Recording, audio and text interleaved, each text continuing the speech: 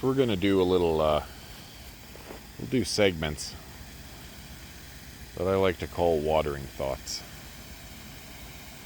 I don't know about everybody else, but while I'm out here watering, I'm usually thinking.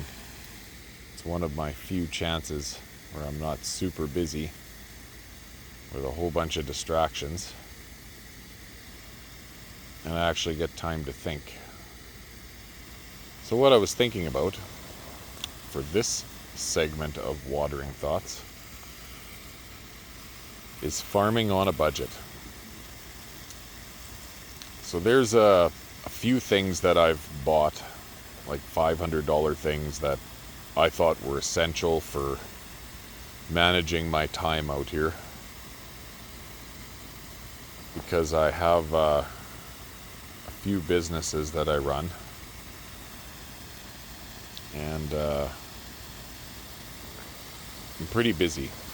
So I don't get to, this isn't my full-time job. I don't get to come out here and hang out at the farm all day.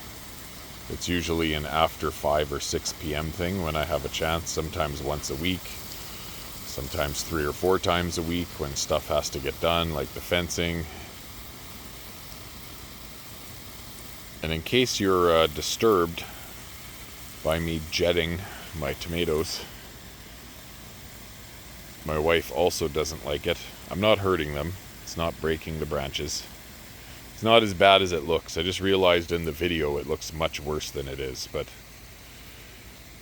plants develop something called stress fibers in their tissue, and it's what allows trees to stay standing up. And it's why when plants are grown too much in greenhouses or indoors and aren't acclimated outside, they start to droop and have problems. And it's because they're not strong enough to hold themselves up. So plants that are outside getting battered with rain, there's frequent wind, breezes, heavy gusts, all of those things create, well, kind of like stress fractures, similar to fatiguing your muscles so that they heal stronger. The whole point of working out, tearing the muscle tissue so that when it heals stronger. Plants kind of have a similar system where they get stronger the more abuse that they are forced to tolerate. I mean, to a degree, everything breaks at some point, but so I won't jet these guys like right close up, but I like to give them a little bit of a hammering of watering. Between that and being out here when it's windy, I think it makes the plants stronger, more resilient.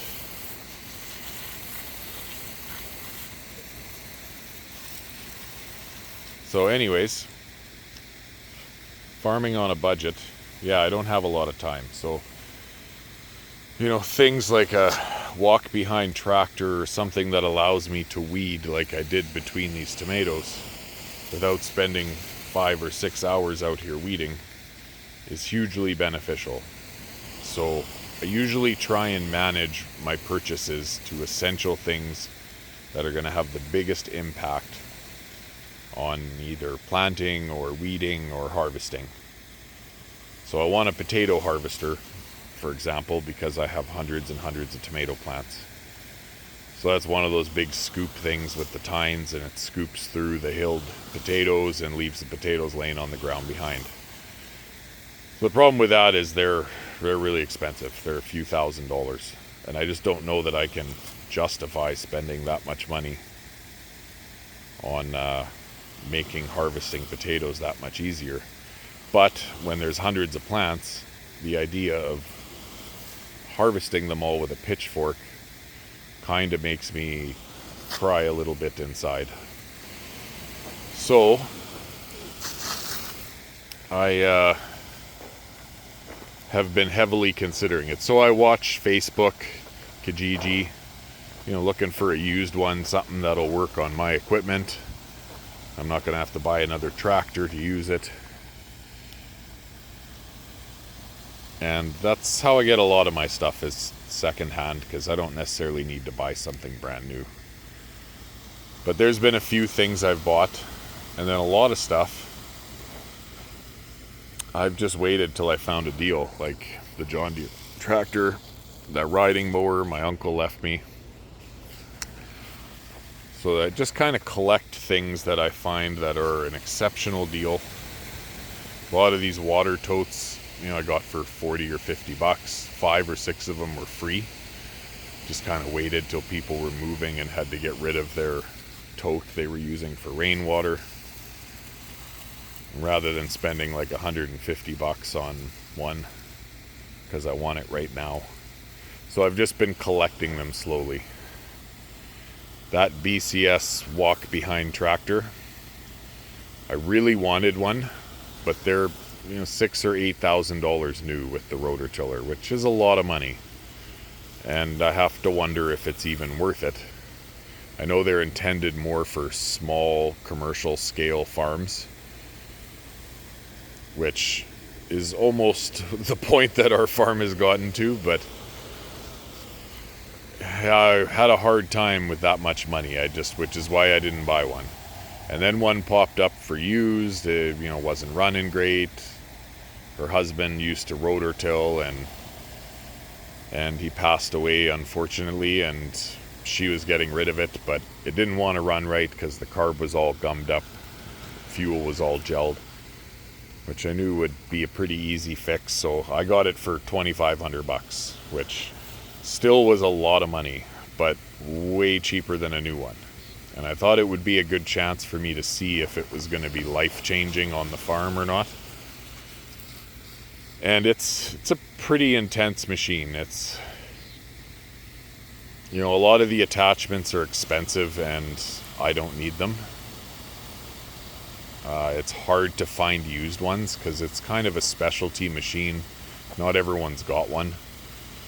But they're made in Italy and they're extremely well built. They're,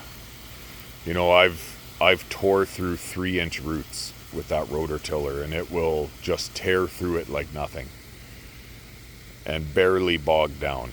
And that big 42-inch tiller that I put a way bigger motor on, that toe behind, it'll just bounce off of that stuff. Or my other tiller will just stall out.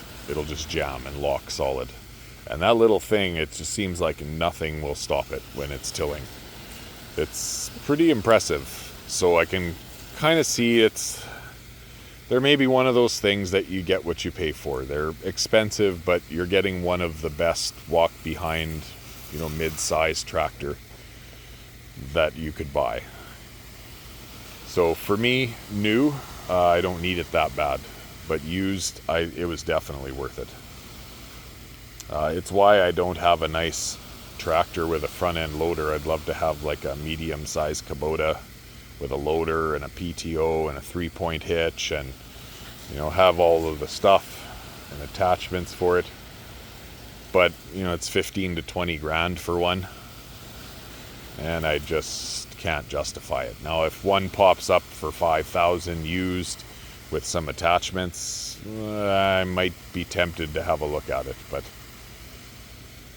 all that stuff is also a luxury. Everything here can be done by hand. I just don't have the luxury of time to do it by hand. So if I want to do it on this scale, I need to spend a little bit of money on some things that make it possible for me. But it is certainly something that is a sliding scale. So if you want to do this in your backyard, or you want to have a small scale farm, feed a few families, which is kind of what we're doing, or if you kind of want to go commercial and you want to start out and you got a piece of land, you can do it with as little or as much money as you want. And once you have somewhere to do it, you can spend 15 grand and get a well put in and run power in, and you can have all the luxuries.